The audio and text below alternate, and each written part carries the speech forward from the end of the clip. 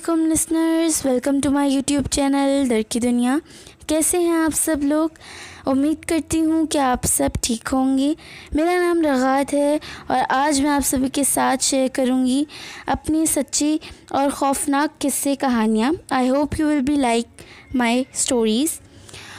और अगर आप भी मेरे साथ अपनी स्टोरीज़ शेयर करना चाहते हैं तो इस व्हाट्सएप नंबर पे शेयर कर सकते हैं। तो आइए बढ़ते हैं अपनी कहानी की तरफ। तो ये इंसिडेंट मेरी मम्मा के साथ पेश आया था और मेरी मम्मा आज मेरे साथ ही हैं। तो मम्मा बताएं क्या हुआ था आपके साथ। अस्सलाम वालेकुम लिसनर्स।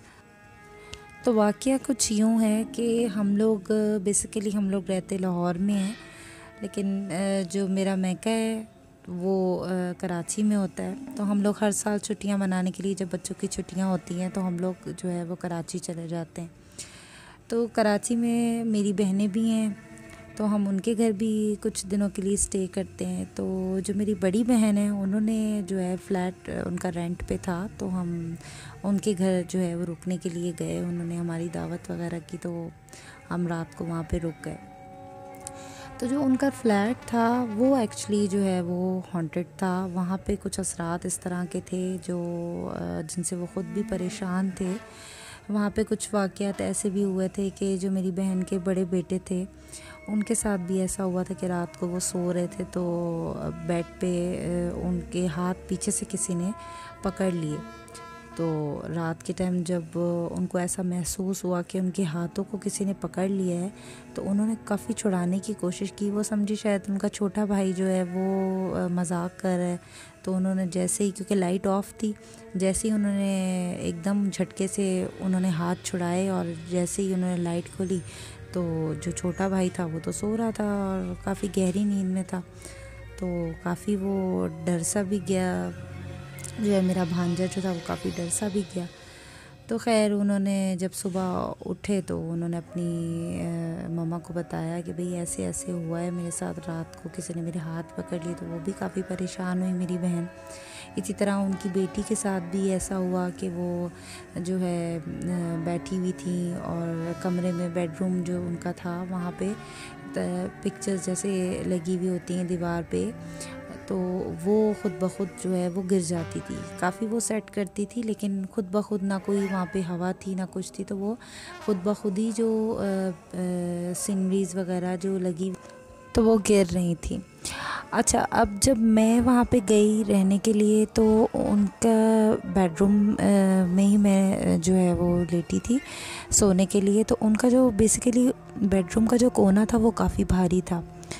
तो मैं जब वहाँ पे लेटी हूँ रात को, तो ज़ाहिर सी बात है नई जगह पे आप जब लेटते हो तो आपको नींद नहीं आती। तो मैं भी काफ़ी देर तक जागती रही। तो मोबाइल मेरे पास था, तो मैं ऐसे ही मैंने मोबाइल ऑन किया, मैं स्क्रॉलिंग करने लग गई। तो स्नैपचैट था, तो स्नैपचैट पर जैसे ही मैंने उसको ओपन किया तो उसमें काफ़ी ज़्यादा फ़िल्टर्स आ रहे थे। तो उसमें आप लोगों को भी पता होगा एक फ़िल्टर होता है जिसमें जैसे हम ज़बान बाहर निकालते हैं तो उसमें रेनबो टाइप कलर्स के रेनबोज़ आते हैं। तो ऐसे ही मैं भी, ज़ाहिर सी बात है अकेली थी तो टाइम पास के लिए मैं भी ऐसे ही करने लग गई। जब मैंने ज़बान ऐसी बाहर निकाली तो उसमें रेनबोज़ आने लग गए ना। तो अब मैंने ये देखा कि जैसे एक तो मेरा फेस था लेकिन मोबाइल मेरे साथ एक और फेस को डिटेक्ट कर रहा था और उसमें से भी सिर्फ रेनबो बाहर आ रहा था। अच्छा, मैं समझी शायद मेरे मोबाइल में कोई प्रॉब्लम हो रही है तो आ रहा है, लेकिन वो बाकायदा कभी मेरे लेफ़्ट साइड पे आ रहा था और कभी मेरे राइट साइड पे आ रहा था कि कोई ज़बान बाहर निकाल रहा है। तो मैं बहुत ज़्यादा परेशान हुई। मैंने मोबाइल को बंद करके दोबारा खोला और दोबारा मैंने देखा तो दोबारा मेरे साथ ऐसा ही हुआ, क्योंकि मेरा कैमरा जो है मुसलसल फेस को डिटेक्ट कर रहा था और वो कभी मेरे लेफ़्ट साइड पे आ रहा था और कभी मेरे राइट साइड पे जो आ रहा था, और वो रेनबो बाकायदा बन रहा था जैसे कोई मेरे मोबाइल में और फेस को डिटेक्ट जो है वो कर रहा है। खैर मुझे बहुत डर भी लगा और मैंने एकदम मोबाइल को मैंने ऑफ़ किया और मैंने साथ आयतुल कुर्सी वगैरह पढ़ के तो मैं करवट लेके मैं लेट गई। साथ हालांकि मेरी बहन भी थी, वो भी लेटी हुई थी, वो सो रही थी, तो मैंने उनको डिस्टर्ब नहीं किया और मैंने आंखें बंद की और मैं ज़ाहिर सी बात है पढ़ते पढ़ते सो गई। जैसे ही मैं सुबह उठी हूँ तो मैंने अपनी बहन से कहा कि ऐसा मेरे साथ रात को हुआ है। तो उन्होंने मुझे कहा कि हाँ ऐसा है, हमारे घर में जो है कुछ असरात हैं और ऐसे वाक़यात जो है हमारे घर होते रहते हैं।